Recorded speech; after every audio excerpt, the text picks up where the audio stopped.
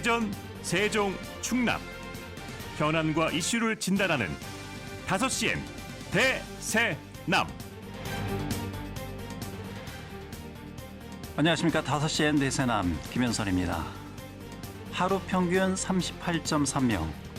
이 숫자는 지난해 우리나라 하루 평균 자살 사망자 수입니다. 자살 사망률이 OECD 국가 중 1위라는 불명예는 20년째 이어지고 있죠. 정부는 소중한 생을 마감하는 일이 어쩔 수 없는 선택이 돼서는 안 된다면서 2025 국가 자살 예방 전략을 발표했습니다. 5년 내 자살 사망자 10,000명 이하, 2034년 자살률 17명 달성이라는 수치도 제시를 했습니다. 또 국무총리가 위원장을 맡는 범정부 자살대책 추진본부를 신설하고 각 지방자치단체에 자살 예방반을 지정하는 등 책임성을 높여 실행력을 강구한다는 구상도 내놨습니다. 그런데 자살을 주도적으로 예방해야 하는 자치단체에서는 이번 정부 정책에 대한 아쉬움을 토로하고 있습니다. 특히 본인이 동의하지 않으면 개인정보를 보관할 수 없는 개인정보보호법으로 자살 고위험군 관리가 어렵다라는 점을 지적을 하고 있고요. 아울러 중앙정부에서 내려오는 자살 예방 사업들이 대부분 의무화되어 있어서 지역 여건에 맞춘 정책을 추진하기 어렵다는 점도 지적하고 있습니다. 현장에서 실무를 담당해야 하는 지방정부 입장에서는 현실과 동떨어진 이 중앙정부의 상명하달식의 정책에 대한 불만이 클 수밖에 없는 것 같습니다. 자살 사망자들이 남긴 유서를 보면 이렇게 살기 싫다라는 문구가 자주 등장합니다. 이렇게 살기 싫다라는 뜻은 어쩌면 지금과 다르게 살고 싶었다라는 표현일 수도 있겠죠.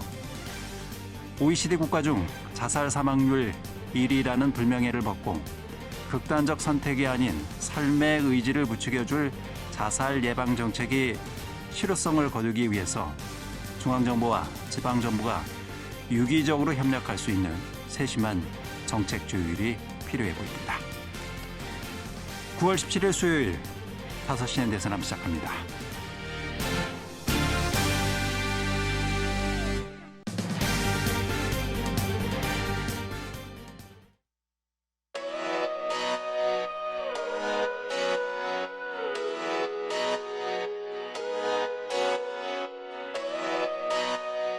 다섯 시엔 대세남은 여러분의 참여와 제보로 이루어집니다. 단문 50원, 장문 100원의 유료 문자 샵 2309번, KBS 대세남 유튜브 채널과 페이스북, 카카오톡 채널 5시엔 대세남으로 참여와 제보하실 수 있습니다. 선정되신 분께는 모바일 상품권 보내드립니다. 여러분의 뜨거운 관심과 제보 기다리겠습니다. 5시엔 대세남 수요일 순서 함께하고 계십니다. 키워드로 보는 뉴스 브리핑, 아힘TV 정진호 PD와 함께하겠습니다. 어서 오세요, 정 PD. 네, 안녕하십니까. 정진호입니다. 예, 첫 번째 뉴스부터 살펴볼까요? 네, 첫 번째 키워드는 한 곳만 몰아주기입니다. 예, 어떤 내용입니까? 네, 민선 8기 대전시와 충청남도가 이 특정 언론사에게 좀 과도하게 광고 홍보비를 지출했던 게 확인됐다고 합니다. 대전 참여자치시민연대와 인터넷 매체인 디트뉴스24가요. 한국언론진흥재단 그리고 지자체 정보공개 청구한 내용에 따르면요. 지난 2023년 3월부터 올해 3월까지 2년간 이 종합편성 채널인 TV조선을 상대로 대전시가 무려 9억 3,500만 원의 광고 홍보비를 지출했다고 하는데요. 예. 집행 내역을 보면은 지난해 5월에 열렸던 제2 문화예술복합단지 성공기원 및 대전 시립교향악단 창단 40주년 기념 콘서트 명목으로 6억 원이 집행됐다고 하고요. 또 이제 같은 해 2월에도 글로벌 도시 브랜드 시정 홍보 영상 광고 명목으로 1억 5천만 원이 집행됐다고 합니다. 예. 지자체가 이렇게 특정 언론사에 10억 원에 이르는 광고 홍보비를 집행하는 것은 상당히 이례적인 것이라면서요? 네, 그렇습니다. 이게 통상 뭐 몇 천만 원대에서 많아야 1억 원 정도인데 이거 좀 상당히 이례적이라고 볼 수 있는데요. 이런 영향 때문인지는 모르겠지만은 지난해 이렇게 많은 광고비가 집행된 이후에요. 이장훈 대전시장은 올해 초 이 TV조선이 주관한 2025 K브랜드 어워즈에서요. K도시 부문에 선정돼 상을 받게 됐습니다. 참고로 민선 7기 때는 대전시가 TV조선에 단 한 건의 광고 홍보비를 지출하지는 않았었습니다. 충청남도도 좀 비슷한 상황인데요. 민선 8기 충청남도가 그 지난 2023년 7월부터 2024년까지 이제 1년 6개월 동안 이 TV조선에 모두 10억 4,420만 원의 광고 홍보비를 지출했는데 네. 지난해 11월에 열렸던 그 베이밸리 1호 사업 조기 완공 기념 슈퍼 콘서트 명목으로 이 세 차례 걸쳐서 모두 이제 4억 4천만 원이 지출되는 등요. 이 모두 14건의 광고 홍보비가 지급됐다고 합니다. 예. 대전시의 1년 전체 광고 홍보비 규모가 어느 정도나 되나요? 네, 2023년 기준으로 보면 대전시가 지출했던 광고 홍보비가 모두 59억 원 정도라고 하니까요. 예. 특히 이제 이게 지난해 좀 집중돼서 지출이 됐었거든요. 그걸 비교해 보면은 9억 원 정도면은 15%가 넘는 수준이고요. 충청남도도 이제 2023년 기준으로 지출했던 광고 홍보비가 110억 원 정도였으니까 기간을 좀 비교해 보면은 9% 정도가 TV조선 한 곳에 집행됐다고 볼 수 있습니다. 예. 그래서 지나치게 한 곳만 몰아주게 한 것이 아니냐 뭐 이런 비판이 나오고 있다라는 거죠. 네, 맞습니다. 이게 좀 다른 시도하고 비교해 봐도요.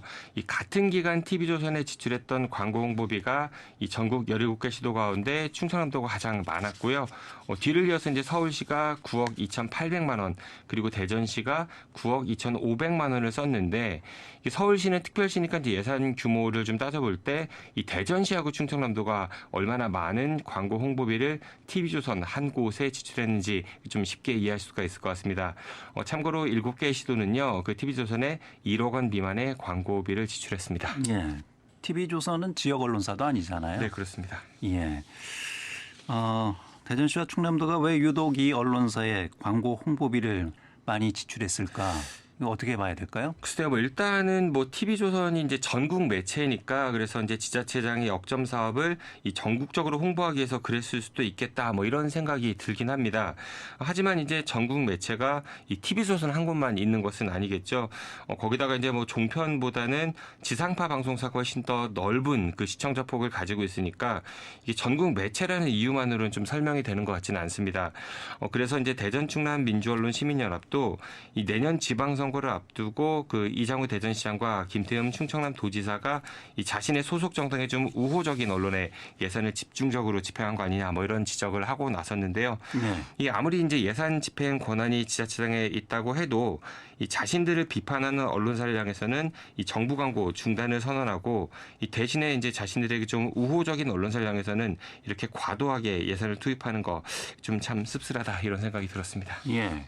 교향악단 기념 콘서트 그리고 베이밸리 조기 완공 기념 슈퍼 콘서트 이런 콘서트 홍보를 전국적으로 할 필요가 있을까요? 글쎄요, 이게 치적 홍보이기 때문에 사실은 그렇게 꼭 필요한가? 그렇게 많은 돈이 들일 필요가 있을까? 어차피 이런 생각이 지역민들이 듭니다. 오는 행사잖아요. 네, 그렇습니다. 예. 알겠습니다. 자, 다음 뉴스 살펴볼까요? 네, 두 번째 키워드는 또 금산군입니다. 이건 어떤 내용입니까? 네, 충남 금산군 공직사회가 좀 연일 시끄럽습니다. 얼마 전 방송에서 이 금산군에 있는 한 면사무소 면장하고 부면장이 이 부하 직원을 성추행한 혐의로 이제 직위 해제됐던 일에 대해 말씀드렸었죠.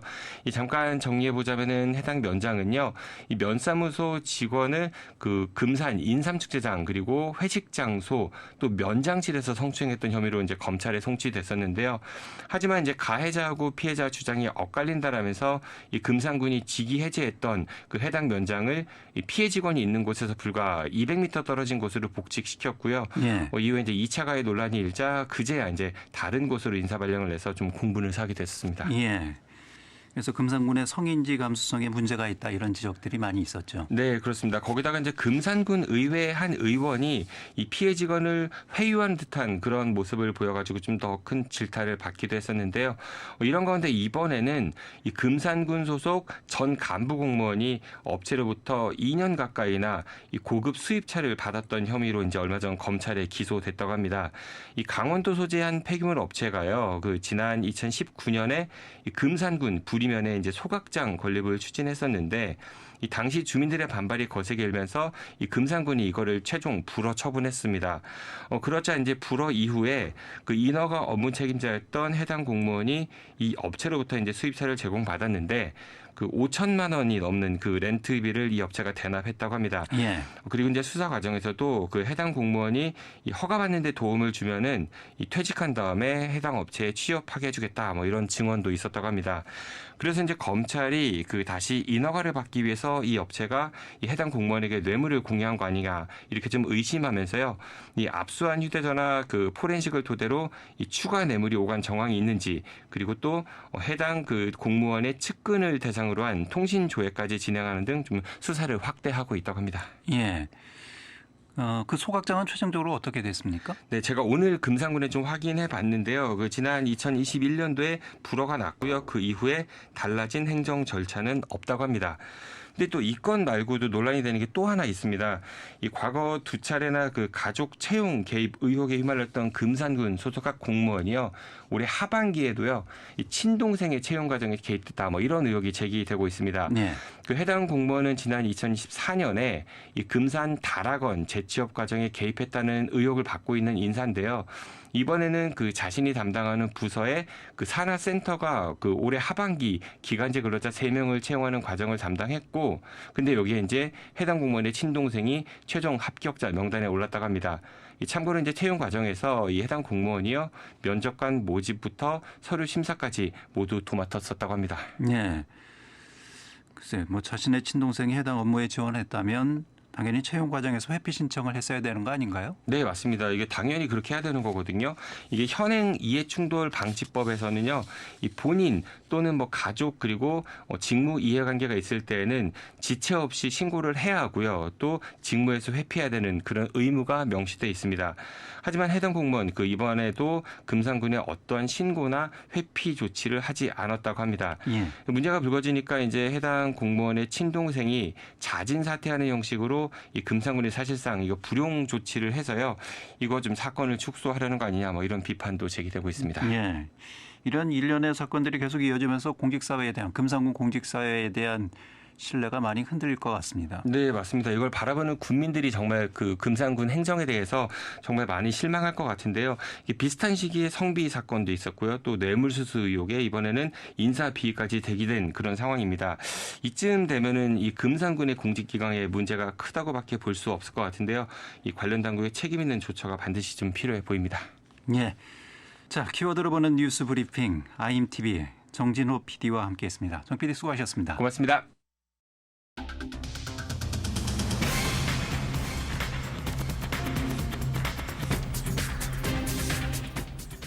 다섯 시엔 지역의 이슈와 현안을 진단합니다. 5시엔 대전, 세종, 충남 지역민의 목소리를 듣습니다. 5시엔 시사라디오, 5시엔 대세남이 있습니다.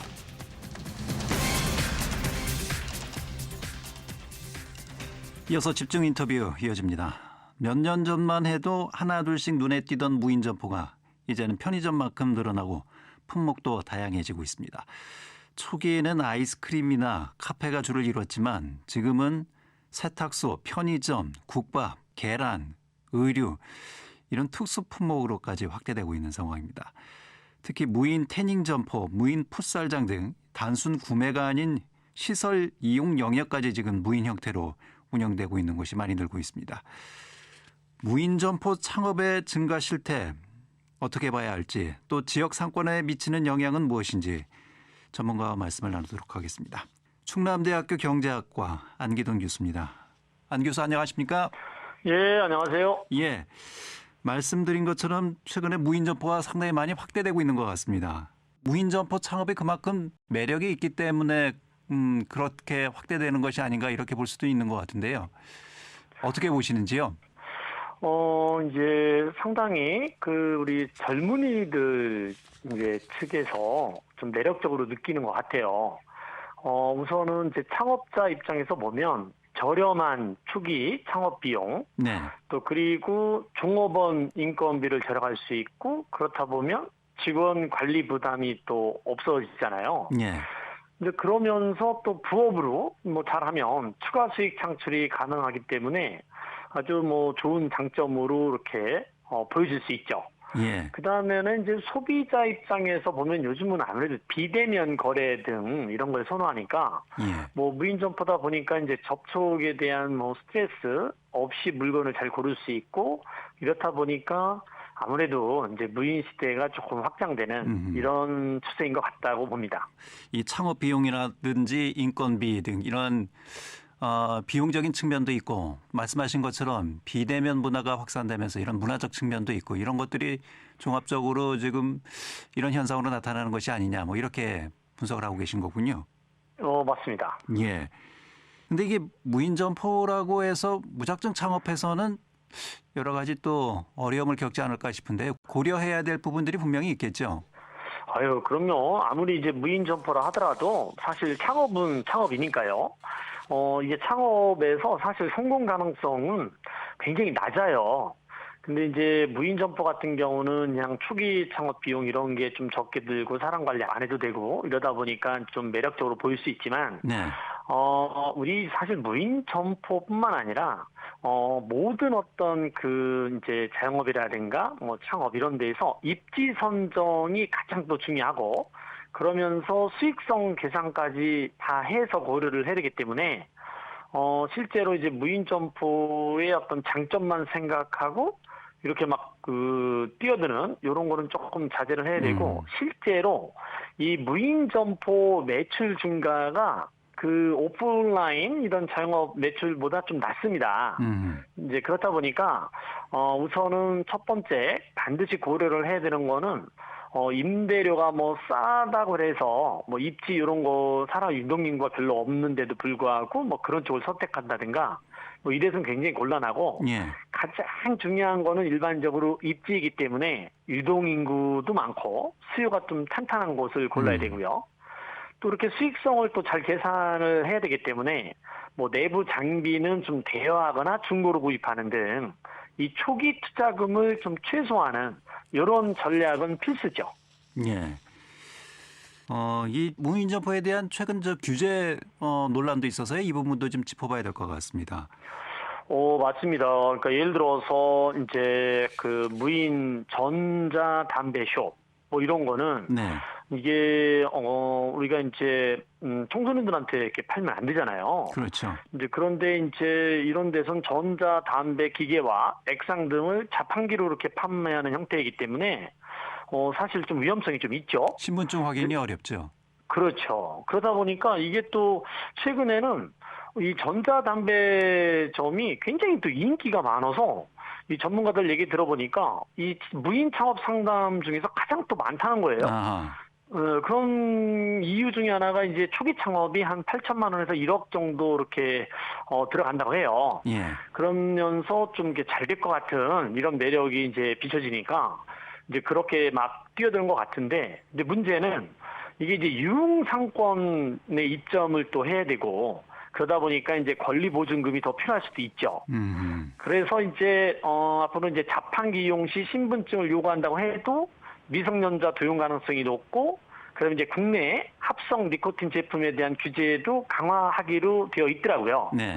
자, 이렇다 보니까 불법은 아니지만 좀 회색지대에 놓여져 있는 것이 사실인데, 이미 조금 전에 말씀드렸던 것처럼 이 예비 자영업자 관심이 굉장히 높다 보니까 이미 매장 수가 급격히 늘어나서 오히려 레귤레이션 조짐이 좀 보이고 있는 상황에서 규제에 리스크가 있기 때문에 좀 주의해야 될 것 같습니다. 과열 경쟁에다가 이 규제까지 겹치면 오히려 이 창업해서 손해 볼 수도 있다 이런 우려인 거죠. 그렇죠, 그렇죠. 예.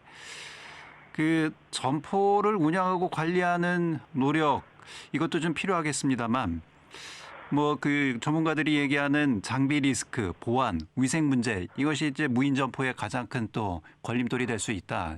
이렇게 보는 시각들도 있던데요. 뭐 맞습니다. 이거 이제 그 무인 점포라는 장점이 이제 사람을 고용을 안 해도 되는 그런 장점이 있는 반면에 이게 장비나 기계가 이제 우리 직원을 대체를 해야 되잖아요. 근데 이제 장비도 아무래도 장비 리스크가 있죠. 예를 들면 뭐 키오스크 오류로 인해서 결제가 안 된다거나 예. 또는 뭐 거스름돈이 또 나오지 않는 경우, 그다음에 가장 심각하게는 이제 서버 문제를 원격 제어해서 문제가 생기는 이런 일들이 좀 발생하는 것 같아요. 근데 이제 이런 거보다도 더 사실 사회적으로 이렇게 문제가 되는 거는 보안이라든가 위생 이런 측면에서 안전 문제가 굉장히 다양하게 나타나고 있어서 현재 이 사회적 이슈로 좀 부각되고 있는 측면이 있는 것 같습니다. 예. 그러니까 뭐 무인마트에서 어떤 경우는 그냥 장바구니 채로 들고 사라지는 손님도 있고 예. 이제 고객이 깜빡 잊고 키오스크에 꽂아두고 신용카드를 꽂아두고 이렇게 올 수도 있잖아요. 그렇죠. 그럼 이제 그거는 이제 챙겨가는 이런 절도범 사례도 있고, 뭐 이렇게 좀 뭐 간혹은 또 구매를 안 하면서 무인 옷가게에 이렇게 진열된 모든 의류를 그냥 막 헤집어 놓는, 뭐 이렇게 좀 다양하게 나타난 것 같은데, 이게 뭐 먹거리 같은 경우는 또 이게 위생 차원에서 이 소비 기한이 훌쩍 지난 먹거리를 버젓이 판매하거나, 어떤 경우는 또 화약총이나 흡입형 에너지 스틱 이런 것 등을 아이에게 되게 위험하잖아요. 가끔 있는 것 같아요. 뭐 이러면서 이런 어떤 상황이 되다 보니까 어떤 그 무인 점포 업계 관계자는 우리 한국이 이제 절도 같은 범죄율이 굉장히 낮으니까 이 무인 점포 운영에는 굉장히 적합한 국가인 거는 같아요. 그런데 이제 아무리 최근 무인 점포가 이렇게 급격하게 늘어나는 상황에서 법이라든가 제도 정비는 당연하지만 점주와 소비자 모두 이런 어떤 인식 개선이 필요하다 이렇게 예. 얘기도 하더라고요. 알겠습니다. 최근에 그 서울대 소비 트렌드 분석센터에서 조사를 했더니 1982년생을 기준으로 그 윗세대는 유인 서비스를, 아래세대는 무인 서비스를 선호하는 경향이 있다. 이런 조사 결과가 나왔다고 하더군요. 그러면 시간이 흐를수록 주 소비층으로 자리 잡을 그 새로운 세대가 들어서게 되면 더 이 무인 서비스, 무인 가게는 점포는 더 늘어나는 것이 아닌가 이런 전망들도 나오는데요. 안 교수님께서는 어떻게 보세요? 뭐 이거는 뭐 어쩔 수 없는 그 대세인 것 같아요. 그러니까 이제 어떤 전문가들은 이제 메가 트렌드라고 이렇게 얘기들 하는 게 전문가들 중론인 것 같은데. 뭐 이게 지금 현재 인건비 상승이 많이 됐고 우리 한국 같은 경우 네. 그 다음에는 또 AI 자동화 기술이 굉장히 발달을 했잖아요. 그러면서 또 비대면 수요가 이렇게 증가를 하는 이런 어떤 거대한 사회적 현상이기 때문에 이 무인 점포 증가는 뭐 메가 트렌드다 이렇게 얘기를 하는 것 같은데 뭐 그렇다고 그래서 이게 그 무작정 창업하는 것은 굉장히 금물입니다. 이 자영업 자체가 진입과 퇴출이 굉장히 자유롭잖아요. 네. 근데 그런데다가 무인 점포는 진입 장벽이 또 굉장히 낮아요. 그러니까 경쟁이 더 치열할 수 있고, 이제 그렇다 보면 이게 지금 우죽순으로 굉장히 많이 늘어나는데 그때 어떤 그 경영자의 능력은 크게 중요치 않은 것 같더라고요. 네. 왜냐면 기계라든가 장비라든가 다들 비슷하니까. 그렇죠. 자, 이렇게 되면은 오히려 이게 그 점주 역량을 발휘할 여지가 적기 때문에 성공을 기대하는 것도 좀 되게 낮은 것 같아요. 예. 그러니까 되게 이제 무분별한 창업은 이거는 굉장히 조심해야 된다라고 강조하고 싶습니다. 예. 그리고 최근 조사를 또 해봤더니 이 창업주 중에 2030 세대 비율이 30%를 차지한다 이런 조사 결과도 나왔더군요. 이런 부분들은 어떻게 읽어야 될까요? 이제 뭐 맨 처음에 제가 말씀드렸던 것처럼 아무래도 무인 점포 뭐 이런 거가 이제 젊은 2030 세대들한테 굉장히 좀 인기 있는 것 같고 한 창업자 중에 한 30%가 차지하는 것 같아요. 근데 이제 문제는 이 2030들이 이제 추가적으로 돈을 더 벌 수 있다는 이런 매력도 있고 조금 이렇게 편한 이런 측면도 있어서 막 뛰어드는 것 같은데 네. 이 경기 전반을 보면 통계청이 그 발표한 걸 보니까 이 숙박 음식점업 지수가 2003년도 5월부터 22개월째 오르지 않고 있어요. 그러니까 2020년에 본 통계가 체험으로 생겼는데 최장 불황이라는 거예요. 네. 이제 이런 불황성에서 2030들이 무인 점포를 많이 창업하는 거는 소위 말하는 소자본 불황형 창업이에요. 요거는 좀 아주 위험하죠.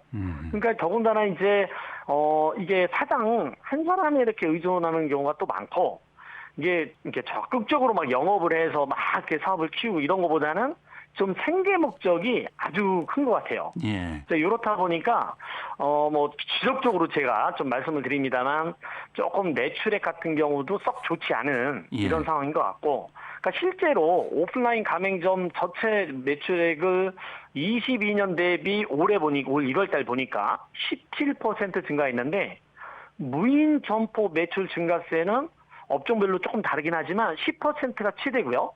그다음에 마이너스가 대부분입니다. 오히려 매출액이 줄었죠. 예. 그러니까 이런 경우는 좀 조심을 해야 되지 않을까, 이런 생각이 듭니다. 그래서 이 폐업률도 상당히 증가하고 있다고 하더군요. 이게 지금 이제 폐업률 같은 경우를 보면 이제 거시적인 측면하고 네. 무인 점포 자체 이 미시적인 측면으로 좀 볼 필요가 있는 것 같아요. 이 무인 점포 폐업률뿐만 아니라 조금 전에 말씀드렸던 숙박 음식 점업 지수도 최장 불황인데, 이거의 근본적인 이유는 우리나라 자영업 종사자 수 비중이 너무 높습니다.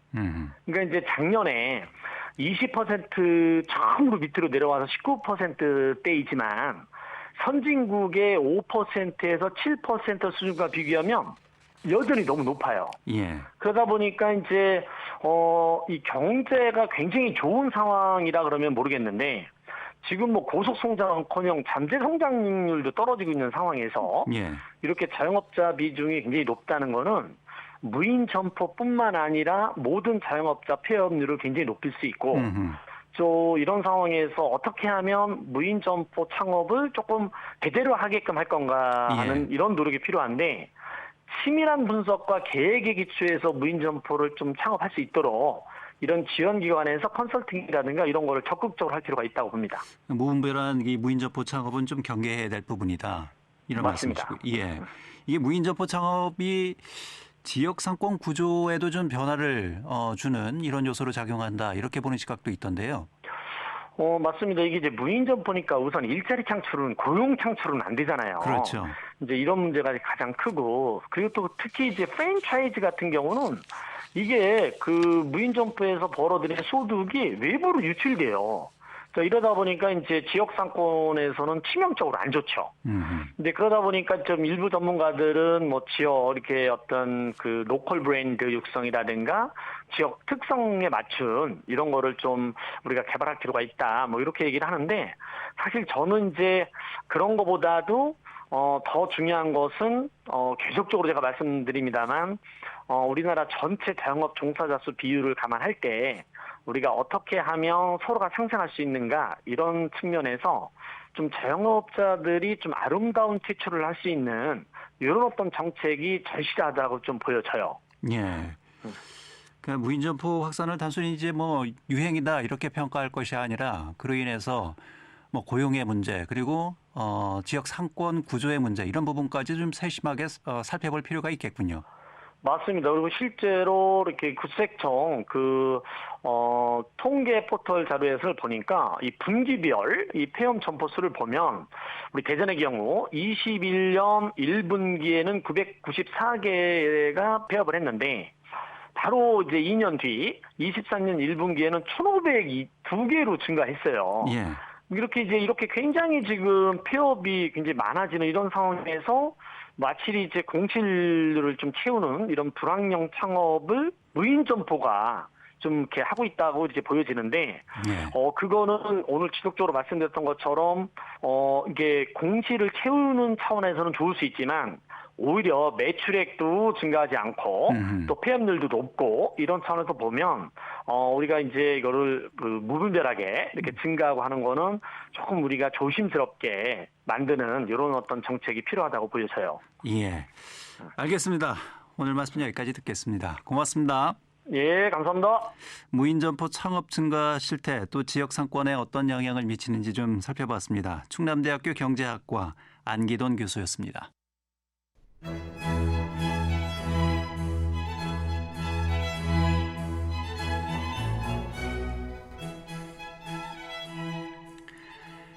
지역의 현안, 정치, 사회의 여러 주제에 대한 품격 있는 시사 토크 명품 지방시 시간입니다.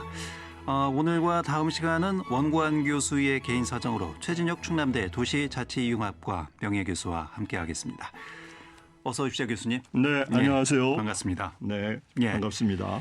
이재명 대통령이 취임 100일 기자회견 그리고 어제 있었던 세종 국무회의에서 균형 발전 전략을 체계적으로 추진할 것임을 거듭 강조했습니다. 이를 위해서 균형 발전 영향 평가를 의무화하고 장기적으로는 세제와 규제 등을 대대적으로 지원하는 새로운 도시 권역을 지방에 조성하는 방안까지 구상하고 있다 이렇게 밝혔는데 관련해서 오늘 말씀을 좀 나누도록 하겠습니다. 교수님 먼저 그 이재명 대통령 취임 100일 기자회견 보셨습니까? 뭐 딱히 그 시간대가 안 맞아서 뭐 보지는 못했습니다만은 예. 뉴스라든지 기타 등등에서 제가 이렇게 관찰할 수 있었습니다. 예. 어떠세요? 100일간 이재명 정부를 좀 총평을 한다면? 네, 탄핵 국면 후에 출범한 정부이다 보니까 사실은 인수위라고 하는 우리 법정에 갖춰져 있는 그러한 조직을 꾸리지도 못한 채 출범해야 되는 그런 상황이었지만은 예. 국정기획위원회가 그 몫을 이제 담당해서 예. 나름대로 또 국가의 어떤 비전과 국정 원칙, 목표 예. 이런 것들을 잘 정리를 해서 예. 나름대로 대한민국의 어떤 미래를 향해서 또 다른 리더십을 이제 만들어 가려고 하는 그런 모습을 보여준 것이 아니겠는가. 예. 그래서 이제 대체적으로 보게 되면은 새 정부가 들어서면은 이제 그 국정 목표를 이제 만들어내야 될 것이고 예. 그거에 따라서 이제 나름대로 구성원들의 동조를 끌어들여야 되는 그런 부분들. 그 다음에 이제 국민들에게 그런 부분들을 충분히 설득해 나가는 그런 작업들이 필요한 시간이 정권 취임 초기에 있어야 될 부분이라고 생각을 합니다. 그런데 예. 그런 부분에 맞춰서 본인의 그러한 국가를 어떤 비전을 가지고 움직여 나가겠다. 그것이 이제 국민이 주인인 나라이고 예. 함께 행복한 대한민국을 건설해 나가겠다라고 하는 그런 어떤 비전을 가지고 나름대로의 국정 원칙 또 국정 목표를 5개를 얘기를 했는데 그중에 이제 우리가 모두가 잘 사는 균형 성장을 이뤄 나가겠다라고 하는 예. 그런 목표를 가지고 나름대로의 새 정부의 리더십을 세우는 그런 모습을 보이시지 않았는가 예. 하는 그런 생각이 듭니다. 어쨌든 초기에 그 국정 운영에 대한 방향성은 좀 잘 잡은 것 같다. 뭐 이런 평가신가요? 네, 뭐 전체적으로 뭐 여느 정부에서도 많은 그런 얘기들을 해왔습니다만은 예. 이제 미래를 내다보고 대한민국이 국격을 상승해 나가야 되는 그리고 더 나가서 이제 수도권 중심으로 너무나 불균형화되어 있는 이러한 측면이 그동안은 너무나 오랫동안에 우리가 누적되다 보니까 이제는 이것으로는 더 이상 대한민국이 앞으로 나갈 수가 없다. 이런 문제점을 정확히 인식해서 이제는 균형 발전 정책을 우선으로 예. 바라보면서 우리가 정책을 입안해야 되겠다 하는 그런 의지를 국민들에게 알려준 그런 시간이 아니었는가. 근데 이제 중요한 것은 그 방향성이 얼마나 잘 구현이 되고 실현이 되는가 이 부분이 중요하지 않겠습니까? 네, 그렇습니다. 예. 그래서 큰 어떤 방향성은 맞는데 이제 그것을 구체화해 나가는 예. 그런 작업들이 이제 앞으로 국민과 소통하면서 국민의 의견을 잘 받들어서 정책 입안자들이 그 부분을 명확하게 세심하게 그 이후에 정책 과제들을 또 내놓아야 될 부분이 아니겠는가. 그래서 그런 측면에서는 소통, 화합 이런 부분들이 매우 중요한 또 국정 원칙으로서 얘기가 돼야 될 부분이다. 그래서 경청과 통합이라든지 공정과 신뢰, 실용과 성과라고 하는 이러한 국정 원칙이 그 자리에 자리 잡고 있는 것이 아닌가. 예. 그런 생각이 듭니다. 어쨌든 뭐 그런 방향성에 대한 그 결과는 사후적으로 잘 평가가 되겠죠 또. 네, 그렇습니다. 이제 앞으로 초창기이기 때문에 이것을 뭐 어떻게 평가한다 지금은 좀 이른 것 같고요. 예. 좀 지나면서 이제 1년, 2년 정도가 가게 되면은 그거에 대한 분명한 성과 평가가 분명히 있지 않을까 하는 그런 생각이죠. 그래서 예. 초기에 어떤 초심이라고 할까요? 이러한 부분들을 잘 끝까지 유지해 나가면서 그동안 부족했던 부분들을 채워나가고 또 우리가 정말 미래 사회에 대한민국이 전 세계에서 나름대로의 경제적인 측면에서도 앞서 나갈 수 있는 이런 부분들을 이번에 이제 세계를 이끄는 혁신 경제라고 하는 이러한 국정 목표에 따라서 대한민국 국격을 더 높여나가는 이런 부분이 돼야 되지 않을까 이렇게 생각합니다. 예. 국정 기조 방향성과 관련해서 지역적 관점에서 지역적 측면에서 가장 이제 주목해서 보고 있는 부분은 바로 지역 균형 발전 부분이지 않겠습니까? 예. 대통령도 취임 100일 기자회견에서 상당히 강력하게 이 부분을 좀 강조를 했고 어제 그 세종에서 있었던 국무회의에서도 이와 관련해서 좀 말씀이 있었습니다. 먼저 이 지역 균형 발전이 그동안 뭐 역대 정권에서도 계속 중요 과제로 추진이 되긴 했습니다만 성과가 미미하지 않았습니까? 네, 그렇습니다. 예. 이렇게 지역 균형 발전이 참 어려운 국정 과제임에는 분명한데 이런 부분에 현재의 그 상황 실태를 먼저 좀 점검을 해봐야 될 것 같습니다.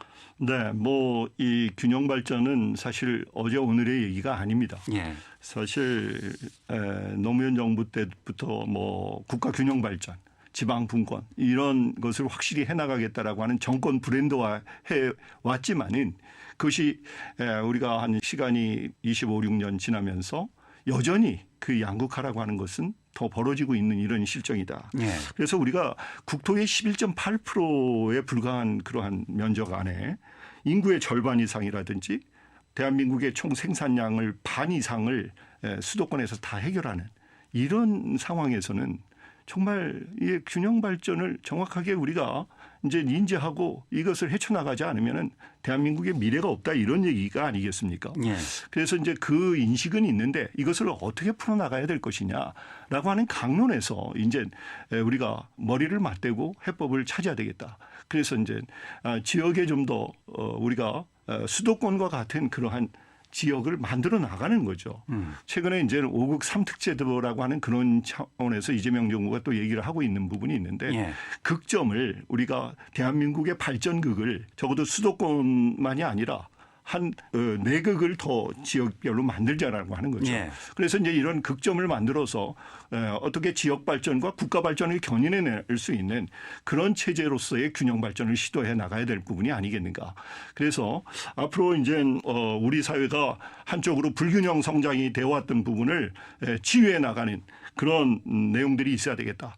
그리고 거기에는 이제 거의 청년들이 어쩔 수 없이 많은 훌륭한 기업들이 많이 들어가 있지 않겠습니까? 예. 우리나라 100대 기업의 한 79개 정도가 본사를 가지고 있는 데가 다 수도권에 몰려 있습니다. 그렇죠. 뭐 이런 상황에서는 청년들이 서울 수도권으로 가는 이유가 뭐냐? 그랬더니 10대 때는 대학 때문에 움직이는 것이고 20대, 30대부터는 일자리 때문에 예. 움직인다 이런 얘기가 있습니다.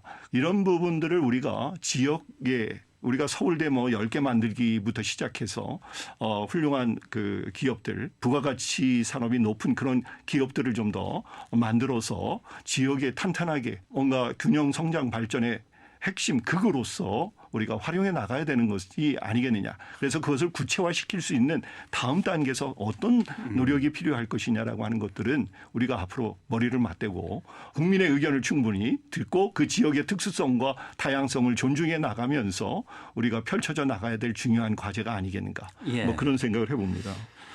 사실 뭐 수도권 집중화, 지역 불균형 문제 이런 현실에 대한 문제 의식은 뭐 그동안 계속 있어 오지 않았습니까? 네. 새삼스러운 얘기는 아니잖아요. 그렇습니다. 예. 그래서 관련해서 뭐 역대 정부도 뭐 여러 정책이 있었습니다. 뭐 이명박 정부 때는 5+2 광역 경제권이 있었고, 박근혜 네. 정부 때는 뭐 행복도시가 있었고, 그렇습니다. 문재인 정부 때는 또 메가시티가 있었고. 네, 네.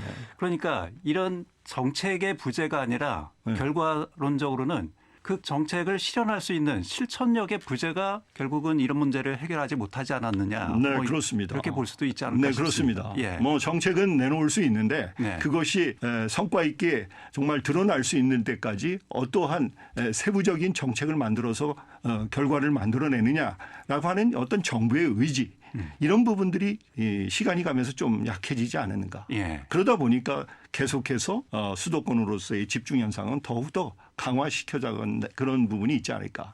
그래서 이제야말로 이제 더 이상은 안 되겠다라고 하는 이 절박한 그 위기 의식에서 이재명 정부가 뭔가 새로운 대안들을 내놓아야 될 시점이 오지 않았는가. 예. 그래서 그런 각성을 하고 있는 입장에서 아마 국무회의가 열리고 또 예. 이제 구체적으로 이제 그 대안을 또 관계자들이 협의해서 또 논의를 하는 그런 상황이 아니겠는가. 그렇다고 하다 보니까 또 대통령 소속의 어떤 지방시대위원회라든지 이런 부분에서 충분히 그런 걸 검토해서 이제 구체적인 정책 대안들이 또 만들어져서 나와야 될 부분이 아닌가.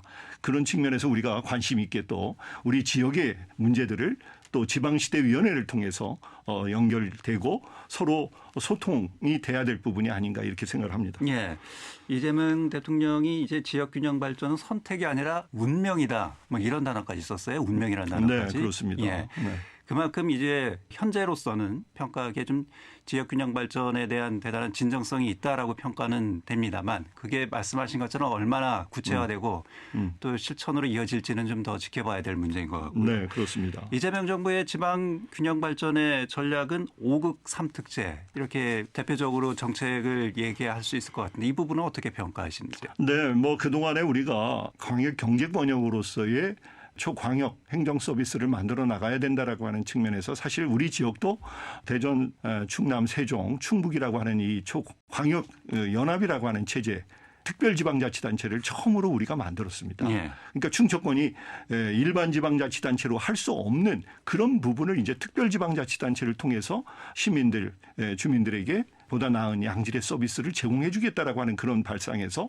특별지방자치단체를 만들어서 이제 얘기를 한 것이 대한민국에서 첫 번째인데 이런 부분들을 이재명 정부가 5개 극으로 만들어서 좀 더 이제 광역화된 행정 서비스를 제공하겠다 하는 그런 부분으로 읽혀질 수 있는 부분입니다. 예. 그동안에 너무나 이제 나눠져서 분절되어서 경쟁하고 낭비적인 요소가 있었던 부분들을 이제는 통합해서 큰 광역 행정으로서 주민들에게 서비스할 수 있는 그런 부분들을 넓혀 나가고 거기서의 경쟁력을 더 키워 나가겠다 하는 그런 측면에서 우리가 이해를 할 수 있을 것이고 거기에 이제 구체적으로 이제 어떤 서비스를 제공해야 될 것이냐. 예. 지금은 권한이 제대로 이제 많이 안 가고 있는 그런 부분에 있어서 이 특별지방자치단체가 제대로 성과를 내기 위한 그런 측면에서 아마 이재명 정부가 좀 더 그 속도를 좀 가야 될 부분이 있지 않을까. 조만간 아마 지방시대위원회를 통해서 특별지방자치단체가 일반 지방자치단체로부터 못했던 부분들 이런 부분들을 과감하게 이제 권한을 이양을 해서 처리해 나갈 수 있는 예. 이런 부분들이 아마 이재명 정부에서 새롭게 제기될 수 있지 않을까 그렇게 생각을 합니다. 예. 일부 이제 전문가들은 지난 시기에 국가균형 발전 정책이 실패한 이유가 중앙정부에서 지방정부에 시혜적 차원에서 지원을 해줬기 때문에 결국은 이 정책의 성과를 이루지는 못했다 이렇게 평가를 하거든요. 그러니까 지방정부에 대단히 스스로 자립할 수 있는 재량권, 예산권을 주지 않고서 중앙정부에서 그냥 조금씩 n분의 1로 나눠주는 식의 이런 예산 지원이 결국 국가균형 발전 정책을 성공시키지 못했다 이렇게 평가하던데 이런 부분들은 어떻게 네, 뭐 보시는지? 물론 그런 의견도 있을 수 있겠죠. 네. 그래서 대한민국이 이제 단일한 국가 체제에 있어서 중앙 정부가 상당히 힘을 가지고 움직일 수밖에 없었던 그런 부분이 많이 있는 거죠. 네. 그러니까 우리가 자치분권이라든지 균형 발전이라고 하는 것도 지방이 스스로 해나갈 수 있는 힘이 없는 거죠. 대부분 국가가 일정한 부분에 지원을 통해서 움직일 수밖에 없는 이런 구도가 있기 때문에 일단 뭐 예산권이나 그렇죠. 이게 뭐 상당히 없습니다. 예. 거기에 사실 자치권이라고 하는 것이 들어가줘야 되는데 지방자치단체에서 자치권을 가지고 뭔가를 할 수 있는 것이 없다라는 거죠. 예. 그래서 자치재정권도 확보해 줘야 될 것이고 거기에 자치 입법권이라든지 조직권, 행정권 이런 것들이 충분히 확보가 되어서 우리 지역에 맞는 특화된 어떤 발전론을 자체적으로 만들어 가면서 그것을 부족할 때는 국가가 지원해 주는 그런 체제로 시스템을 바꿔나가야 될 부분이 아닌가. 뭔가 지역에 맞는 역량을 갖춘 그러한 자치권을 확보해서 스스로 만들어 나가고 그것이 부족할 때는 우리가 국가로부터 지원받는. 그러니까 자치분권 2.0이라고 보통 그렇게 얘기합니다마는 균형 발전의 제2의 도약기로서 우리가 이런 시스템을 확보해 나가야 될 부분이 있지 않을까. 그런 생각을 해봅니다. 그러니까 권한의 대폭적인 이양 없이는 그렇습니다. 성과를 네. 이룰 수 없다. 네, 그렇습니다. 예. 네. 이재명 정부에서 뭐 이번에는 그 지방균형 발전과 관련해서 이와 관련된 예산 편성이라든지 지원에 있어서 상당히 좀 인센티브를 주겠다 이런 취지의 또 발언도 했거든요. 이런 부분들은 좀 실효성이 있을까요? 1차적으로 이제 균형 발전 영향 평가를 의무화하겠다 이런 표현이 되겠는데요. 네. 그러니까 모든 국정의 어떤 정책이라든지 예산 배분 이런 것들이 지역 균형 발전에 미치는 영향을 사전에 조사 분석해서 그 결과를 다시 어떤 정책을 입안하는데 이런 데다 또 쓰겠다. 그러니까 상당히 뭐 의도는 좋습니다. 이게 네. 사실 이것이 잘 되기 위해서 정말 지역의 나름대로의 어떤 균형적인 성과가 이루어질 수 있기 위해서는 어떤 부분이 거기에 투입돼야 될 것이냐라고 하는 어떤 균형 성과 지표가 나와야 되는 거죠. 아하. 그래서 그런 지표가 지역별로 다 정리가 돼야지만이 예. 어느 지역에 정말 균형적으로 어떻게 지원해야 되겠다.